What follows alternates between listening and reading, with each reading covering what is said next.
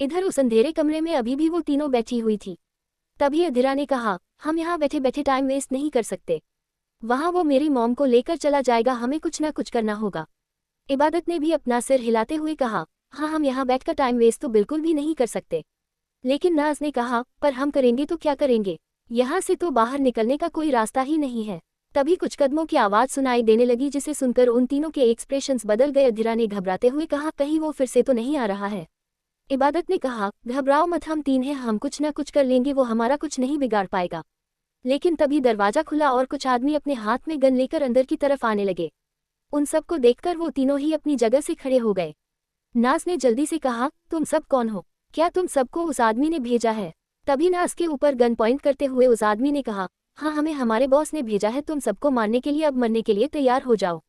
इसी के साथ उन तीनों ने उन तीनों के ऊपर गन पॉइंट कर लिया। ये देखते ही अब एक सेकंड के लिए वो तीनों हैरान रह गए। अधीरा ने जल्दी से कहा, ये सब क्या हो रहा है, क्या सच में हम मरने वाले हैं? ओह गॉड, वहाँ मेरी मॉम फांसी हुई है और यहाँ ये हमें मारने जा रहे हैं। इबादत गुस्से से बोली, ये हमारा कुछ नहीं बिगाड़ पाएंगे, तुम सबको क्या लगता है तुम सब मार दोगे इतनी आसानी से? उस आदमी ने हंसते हुए कहा, हमारे बॉस ने ऑर्डर दे दिया क्योंकि वो अपनी मैडम को लेकर यहाँ से जा चुके हैं, अब तुम सबको कोई काम नहीं है इसलिए तुम सबको मरना पड़ेगा। ये सुनकर कि अंतरा को वहां से ले जाया जा चुका है, उन तीनों के ही चेहरे के रंग उड़ गए। अधीरा जोर से चिल्लाई, नहीं ऐसा नहीं हो सकता, वो मेरी मॉम को लेकर नहीं जा सकता। नाज ने भी जल्दी से कहा, हाँ मॉम ऐसे नहीं जा सकती, तुम्हारा बॉस मॉम को कहाँ लेकर गया है, साफ साफ बताओ वरना हमसे बुरा कोई नहीं होगा। इसके जवाब में उसे आदमी ने ट्रिगर पर अपनी पकड़ बनाते हुए कहा, वो जहाँ कहीं भी होगी तुम सब उनका पता नहीं लगा पाओगे क्योंकि अब तुम सब सीधे ऊपर जाओगी, अब बकवास बंद करो। इसी के साथ वहां पर गोली चलने की आवाज सुनाई दी, जिसके साथ उन तीनों की चीख निकलने लगी। लेकिन देखते ही देखते वो तीनों आदमी जमीन पर गिर पड़े। अधीरा, इबादत और नाज तीनों ही बिल्कुल शॉक हो गए। उन तीनों की नज़र सीधे सामने चली गई जहां दक्ष, दर्श और अदिवीर तीनों ही अपने हाथ में बंदूक लिए अंदर की तरह बढ़ रहे थे। उन तीनों को वहां देखकर जैसे उन तीनों की जान में जान आ गई हो। वो तीनों बेधड़क दौड़ते हुए सीधे अपने अपने वाले के सीने से लिपट गई। दर्श के सीने से इबादत लिपटी तो दर्श ने भी उसे बाहों में भर लिया। इधर नाज सीसकते हुए दक्ष के सीने से लिपट गई। दक्ष ने भी उसके कमर को कसकर पकड़ लिया और इधर अधीरा तो लगभग अदिवीर की गोद में ही चढ़ गई। उसके सीने में अपना सर घुसाते हुए सिसक सिसक कर बोली, इतना देर क्यों कर दिया?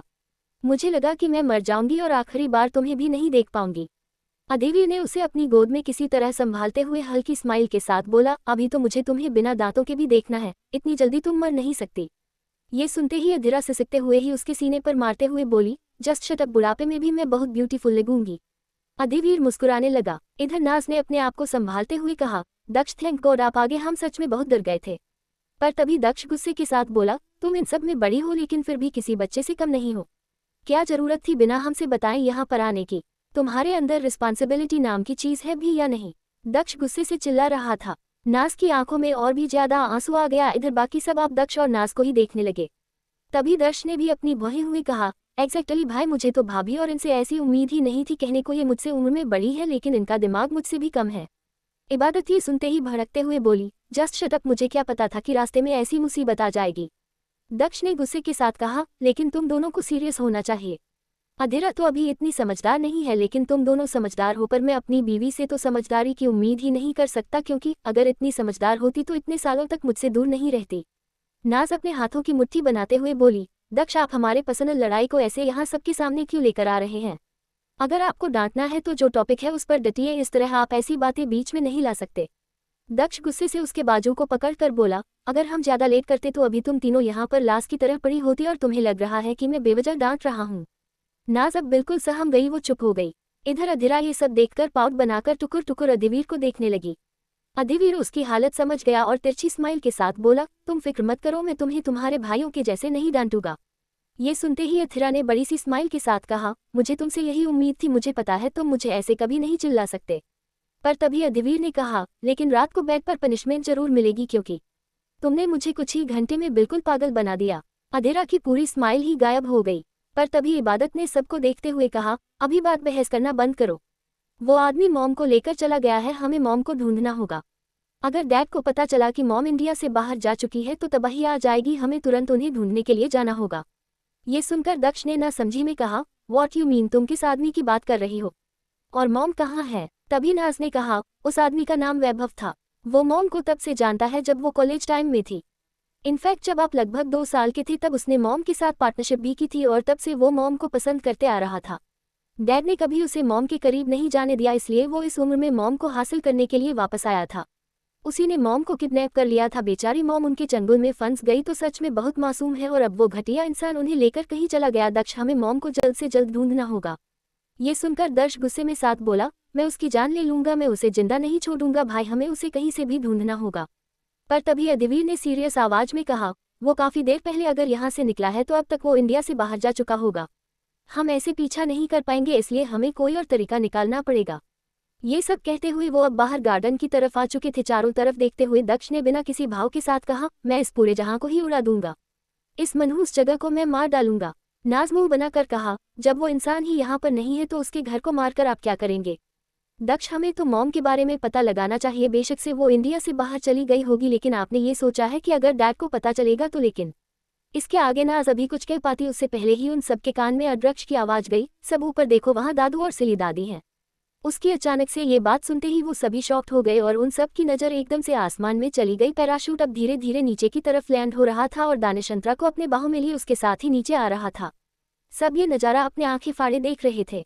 अधीरा अपने मुंह पर हाथ रखकर बोली, मैं कोई सपना तो नहीं देख रही हूं ना? ये मुझे सपने जैसा क्यों लग रहा है? क्या सच में वो मेरे मॉम डैड है जो आसमान में उड़ रहे हैं? तभी अदिवीर ने उसके कान पर बाइट किया। अधीरा ने दर्द में अपनी आंखें बंद कर ली तो अदिवीर तिरछी स्माइल के साथ बोला, तुम हकीकत में ये सब देख रही हो? तुम्हारे डैड वाकई पागल है, खासकर तुम्हारी मॉम के लिए। शायद वो उन्हें बचाने के लिए आसमान को भी चैलेंज करने चले गए थे और कंग्रेचुलेशन, अब तुम्हारे मॉम डैड साथ हैं। अधीरा के चेहरे पर यह सुनते ही बड़ी सी स्माइल आ गई। वो एक्साइटमेंट के साथ चिल्लाते हुए बोली, mom dad, I love you dad, you are the best. मुझे पता था आप मॉम को कहीं नहीं जाने दोगे क्योंकि आप मॉम को पागलों की तरह चाहते हो। You are amazing daddy. Naaz भी काफी खुश थी।